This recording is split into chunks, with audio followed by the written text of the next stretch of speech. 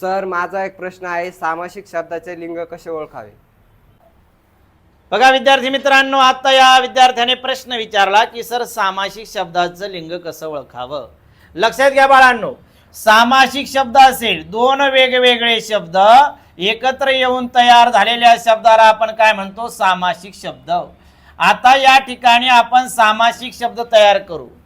साखर आणि भात हे दोन वेगवेगळे शब्द आहे आणि यांच्यापासून एक शब्द तयार झाला, कोणता? साखर भात.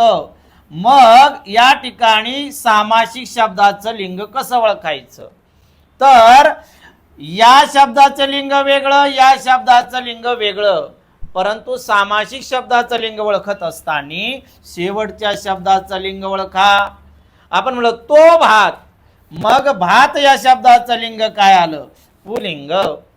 मग साखर भात शब्दाचं लिंग काय मानायचं? पुल्लिंग. पुरणपोळी शब्द आहे, पोळीचं लिंग स्त्रीलिंग, म्हणून पुरणपोळीचं लिंग काय मानायचं? स्त्रीलिंग. म्हणजे सामासिक शब्दाचं लिंग हे शेवटच्या शब्दावरून ठरवितात. समजलंय?